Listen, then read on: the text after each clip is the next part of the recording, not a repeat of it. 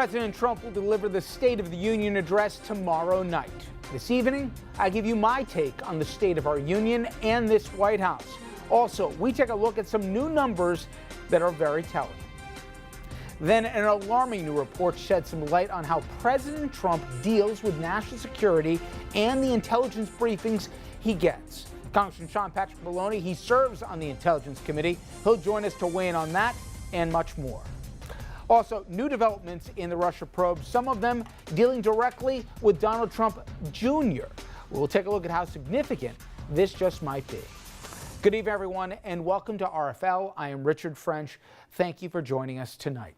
After a one-week delay due to the shutdown, President Trump will finally make his State of the Union address tomorrow night. And of course, we will be having complete coverage for you here on RFL leading up to the speech at 6 p.m. Then we'll be broadcasting it live at 9 p.m. in its entirety, followed by in-depth analysis from our political panel and live reports from Andrew Whitman, who will be in our nation's capital.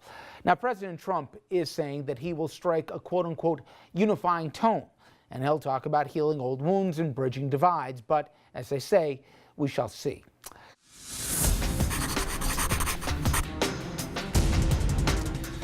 Tomorrow night, the president will be in all his glory. For roughly an hour, he will have what he most desperately craves. That is the undivided attention of a national audience. Now, if form holds, fact checkers, they'll be in for quite a long night as the Donald, when he's not referring to himself in the third person, he'll be taking liberties with the truth, often multiple times in the same sentence. But after 2 years of this NC-17 reality show, we the people are not so easily shocked and most certainly not awed. We, of course, would have endured this infomercial a week ago if the president wasn't wrapped on the knuckles for shutting down the government without purpose or plan. Capitulating, I find not coincidentally, only when he realized that Speaker Pelosi was not going to let him have his primetime platform. Now, regardless of what Trump or why he blinked, we do find ourselves on the verge of another shutdown. The public doesn't want one over an extortion plot for a wall that most Americans are not asking for. So, before Trump tells us how great he's doing, and he will tomorrow night, I want you to afford me the opportunity to assess the state of our nation in my own words. Now, later this program, Andrew will join us on set, and he'll break down the latest poll numbers on this president and his policies, but I'll spoil the suspense for you. He nor them are popular, and for good reason. Now, regardless of the issue, by now, I think we know the president's playbook.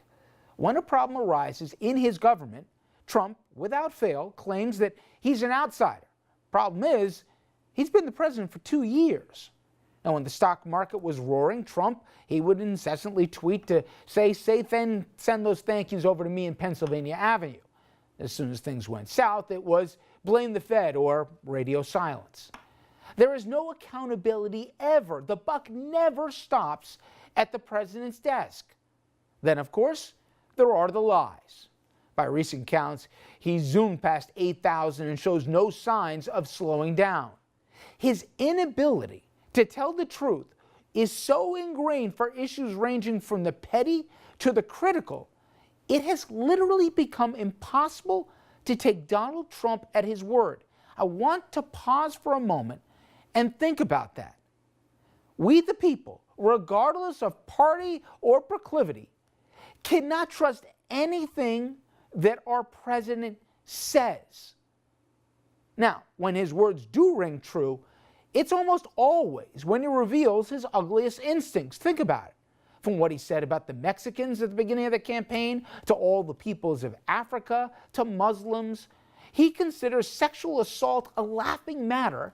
He believes your sexuality mitigates your equality in this country, and he has stood up for white supremacists. Now, if Americans are victimized by a natural disaster, think about this.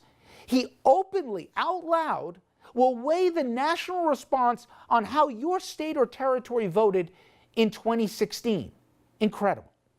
Our president, he's divided our nation along political, racial, religious, sexual, and ethnic lines, and we are a more divided nation than at any time in my recent memory.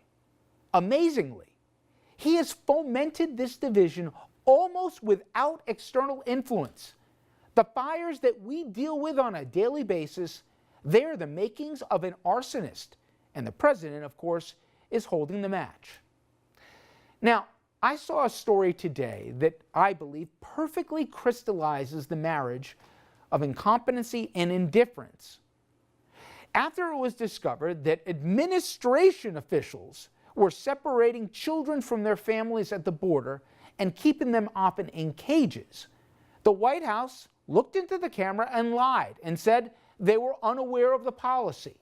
We soon discovered it was in fact a policy that came from above, and it was meant to impose as much pain as possible on the families as to deter future families from coming to America seeking asylum.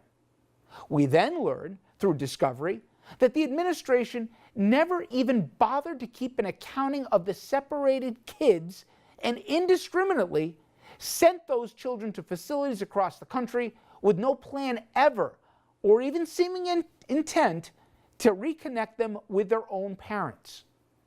Now, after being confronted with this obscenity, the Trump team responded to the ACLU, who discovered the thousands of missing kids.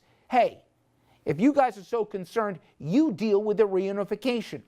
I don't exaggerate. This is my government. The court, understandably, told the administration, time out. You broke it, you own it. And this all brings us to today's chapter. Faced with their incompetency, Trump's HHS secretary said that reuniting the families would be bad for the kids. You're hearing me right, especially those that have been placed in sponsor homes. I'm going to quote directly. It would present grave child welfare concerns. It would destabilize the permanency of their existing home environment and could be traumatic to the children. Translation? This administration consciously and intentionally ripped families apart, never bothered or ever intended to even try to reunite them. And now they have the audacity to say putting parent and child together that never wanted to be separated would be traumatic for the child. And by the way, we don't have the manpower to do it anyway, even if we wanted to. This is how ugly things have gotten. There is no optimism from this man. He only stokes fear of our fellow man. We condemn our friends, we coddle our enemies around the world, and we do it now at home. Every day, it has become, frankly, an exhausting and an embarrassing exercise in catching the lies and the shell games and attempting to hold our president to a vanishing standard of normalcy. In part, and I don't care who you voted for, what party you affiliate with, we the people deserve so much better than this. We deserve a much better state of the union.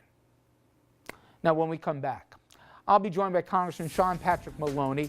He'll talk about the shutdown, the negotiations, the State of the Union, and also seeing that he sits on the Intelligence Committee, President Trump's strained relationship with the intelligence community writ large and why that is so significant in today's day and age. And by the way, we'll have much more on some of the developments that are frightening about what the president is getting and not getting in his daily briefings.